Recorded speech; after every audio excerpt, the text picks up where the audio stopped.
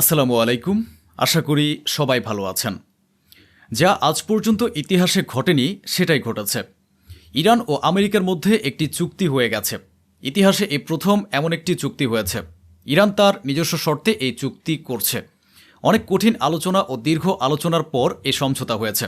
আপনাদের সামনে পাকিস্তানের প্রধানমন্ত্রী শাহবাজ শরীফের একটি পোস্ট রয়েছে, যেখানে বলা হয়েছে যে এই দীর্ঘ ও নিবিড় আলোচনার পর ঘোষণা করা হচ্ছে যে আমেরিকা ও ইরানের মধ্যে চুক্তি সম্পন্ন হয়েছে। উভয় পক্ষই তাৎক্ষণিকভাবে যুদ্ধবিরতি এবং সামরিক কার্যক্রম বন্ধের ঘোষণা দিচ্ছে। ঘোষণা অনুযায়ী লেবানন এবং অন্যান্য সংশ্লিষ্ট এলাকায় অবিলম্বে যুদ্ধবিরতি কার্যকর হবে। লেবানন ও ইসরায়েলের মধ্যে বোমাবর্ষণও বন্ধ করা হবে। এছাড়াও আগামী ১৯ জুন সুইজারল্যান্ডে উভয় পক্ষের মধ্যে একটি লিখিত চুক্তি স্বাক্ষরিত হওয়ার কথা রয়েছে। এর আগে আমি আপনাদের জানিয়েছিলাম যে ডোনাল্ড ট্রাম্প ইরানের কাছে অনুরোধ করেছিলেন যেন আমেরিকার উপর কোনো হামলা না করা হয়, বিনিময়ে যুক্তরাষ্ট্র নৌ অবরোধ তুলে নেবে। এখন যা হয়েছে তা হলো আমেরিকা যে নৌ অবরোধ আরোপ করেছিল সেটি তারা নিজেরাই পুরোপুরি তুলে নিয়েছে। এর আগে আমি আপনাদের আপডেট দিয়েছিলাম যে আমেরিকা স্পষ্টভাবে হিজবুল্লাহ এবং ইরান সমর্থিত অন্যান্য সংগঠনকে বলেছে যেন তারা কোনো হামলা না চালায়। একই সঙ্গে ইরান ও তার মিত্রদেরও বলা হয়েছে ইসরায়েলের উপর হামলা না করতে, কারণ একটি চুক্তি নিয়ে আলোচনা চলছে। প্রতিবেদন অনুযায়ী আমেরিকার বলার পরও ইসরায়েল লেবাননের উপর যে হামলা চালিয়েছিল তা ইরানকে ক্ষুব্ধ করে তোলে। হরমুজ প্রণালী সংক্রান্ত চুক্তি অনুযায়ী ইরানের জন্য আগামী ৩০ দিনের মধ্যে ধীরে ধীরে পরিস্থিতি স্বাভাবিক করার কথা ছিল, কিন্তু যখন ইরানি কর্মকর্তারা দেখলেন যে লেবাননের উপর হামলা অব্যাহত রয়েছে তখন তারা ক্ষুব্ধ হয়ে ওঠেন এবং ইসরায়েলের বিরুদ্ধে বড় ধরনের হামলার প্রস্তুতি শুরু করেন।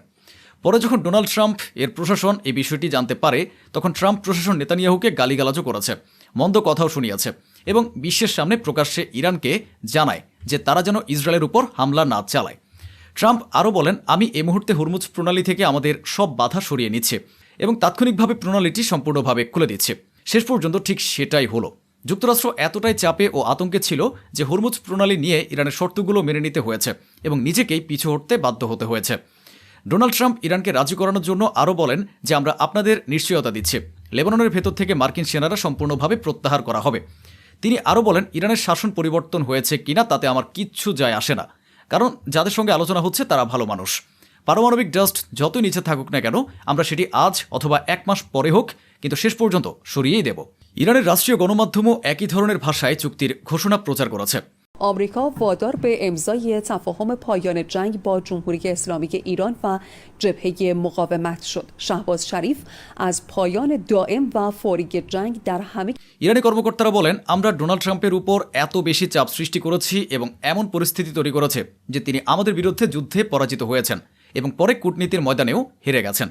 ভাবুন, এত কিছুর পরও ইরানি কর্মকর্তারা সতর্ক করে বলেছেন আমাদের আঙুল এখনও ট্রিগারের উপরে রয়েছে, কেউ কোনো ধরনের উস্কানিমূলক পদক্ষেপ নিলে আমরা সঙ্গে সঙ্গে পাল্টা জবাব দেব।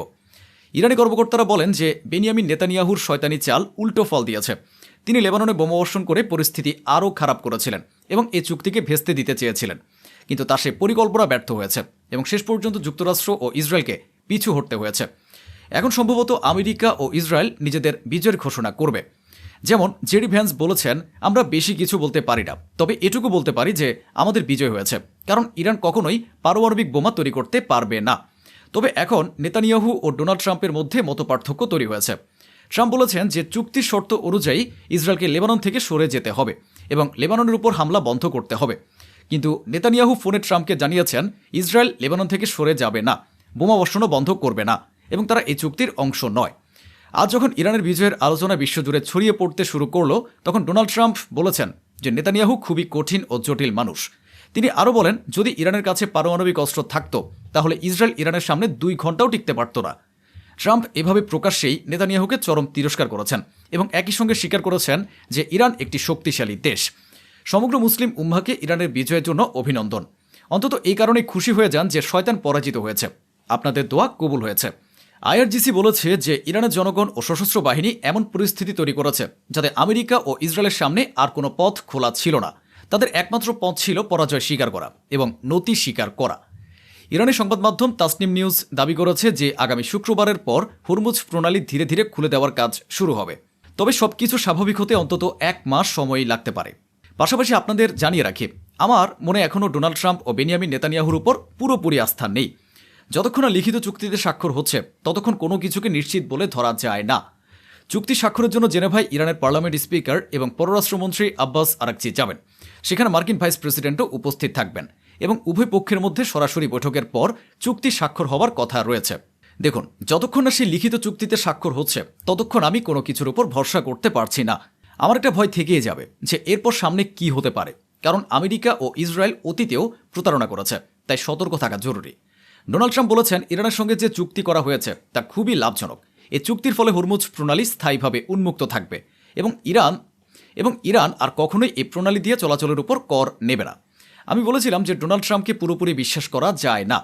আমি যখন এই কথাই বলছিলাম তখন নতুন একটি আপডেট আসে।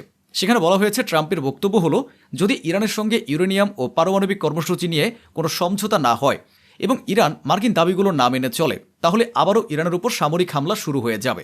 নির্লজ্জতার একটা সীমাও থাকে ভাই সাহেব। মানে মারও খাচ্ছে, লাঞ্ছিত হচ্ছে, হারছেও, মূল্যস্ফীতিও বাড়ছে, তেল পাওয়া যাচ্ছে না, সারা দুনিয়ার চাপে রয়েছে। তবুও দেখুন, এরা বলছে যে আমরা আবারও হামলা করব। এজন্যই বলি, এরা একজনের চেয়ে অন্যজন বড় জঘন্য। আমেরিকা ইসরায়েলের এমন কোনো আপনজন নেই যাকে এরা ঠকায়নি। অন্যদিকে যুক্তরাজ্য, ফ্রান্স ও জার্মানি সহ ইউরোপীয় দেশগুলো বলেছে, ইরান যদি তাদের ইউরেনিয়াম সম্পর্কিত পারমাণবিক স্থাপনাগুলো পরিদর্শনের সুযোগ দেয়, তাহলে ইরানের উপর আরোপিত অনেক নিষেধাজ্ঞা তুলে নেওয়া হবে।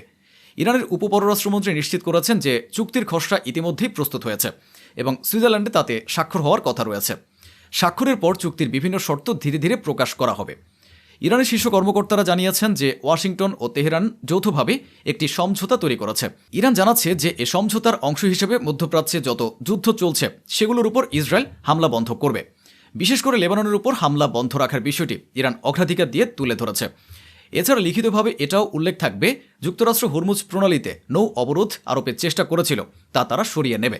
আমেরিকা ইরানের চুক্তির পর লেবাননের মানুষ আনন্দ প্রকাশ করছে এবং উদযাপন করছে। দৃশ্যটি আপনাদের সামনে রয়েছে। এটা স্বাভাবিক যে যাদের অন্যায়ভাবে হত্যা করা হচ্ছিল এবং ইসরায়েল ইরানের প্রতি ক্ষোভ লেবাননের উপর ঝাড়ছিল, সে পরিস্থিতিতে লেবাননের গ্রামের মানুষ নিজেদের এলাকা ছেড়ে পালিয়ে যেতে বাধ্য হয়েছিল। এখন পরবর্তী ভিডিওতে দেখা যাচ্ছে সেই বাস্তুচ্যুত মানুষগুলো আবার নিজেদের বাড়িতে ফিরে আসতে শুরু করেছে। আনন্দ উৎসবও পালন করা হচ্ছে। এইসব ইরানের কারণেই সম্ভব হয়েছে। লেবানন একটি আরব দেশ, কিন্তু আশ্চর্যের বিষয় হলো কোনো আরব দেশ তাদের আরব ভাইদের পক্ষে কথা বলেনি। কথা বলেছে শুধুমাত্র ইরান। এমনকি প্রতিপক্ষের সংবাদ মাধ্যমও ইরানের প্রশংসা করতে বাধ্য হচ্ছে। মার্কিন গণমাধ্যমের প্রতিবেদনে দাবি করা হচ্ছে যে এই সংঘাতের পর হরমুজ প্রণালী নিয়ে ইরানের প্রভাব ও কৌশলগত গুরুত্ব আরও বেড়েছে। অর্থাৎ ভবিষ্যতে ইরানের বিরুদ্ধে কোনো পদক্ষেপ নেওয়া হলে ইরান আবারও হরমুজ প্রণালী বন্ধ করে দিতে পারে। শুধু হরমুজ প্রণালী নয়, লোহিত সাগর অঞ্চলের গুরুত্বপূর্ণ জলপথ বাব আল মানদেব প্রণালীও ইরান তার মিত্র হুতিদের মাধ্যমে বন্ধ করে দিতে পারে। ইরানের উপপররাষ্ট্রমন্ত্রী স্পষ্টভাবে বলেছেন যে ইরানের সেনাবাহিনী এবং আইআরজিসির শক্তি প্রতিপক্ষকে আলোচনার টেবিলে আসতে বাধ্য করেছে। অন্যথায় আমেরিকা ও ইসরায়েল তো বারবার ধোঁকা দিয়ে হামলা চালাচ্ছিল।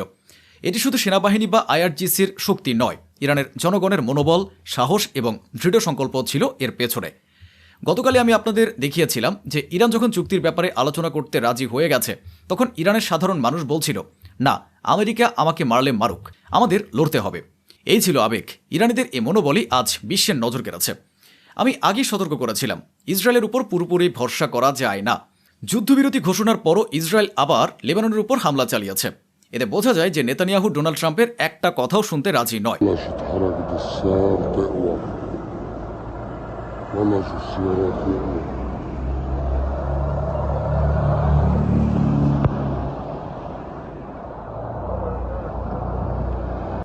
ইসরায়েলের কট্টরপন্থী নেতা বেন গভির ক্ষিপ্ত হয়েছে।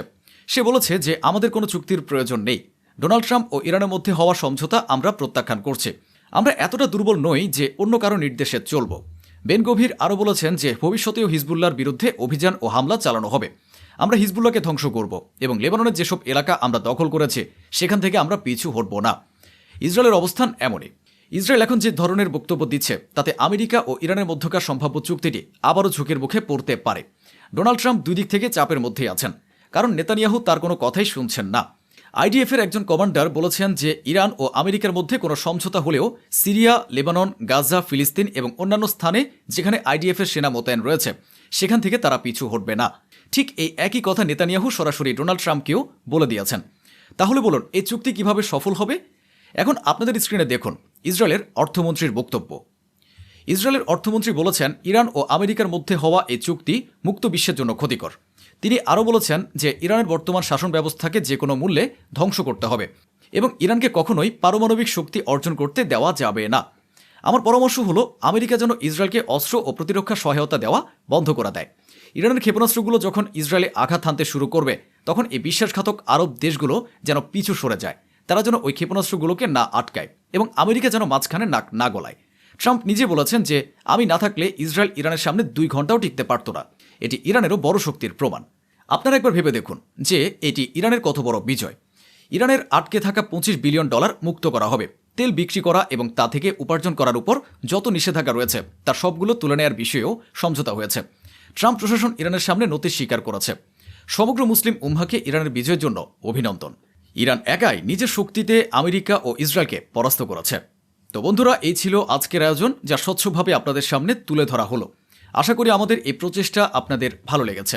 অসংখ্য ধন্যবাদ। সুস্থ থাকুন, ভালো থাকুন।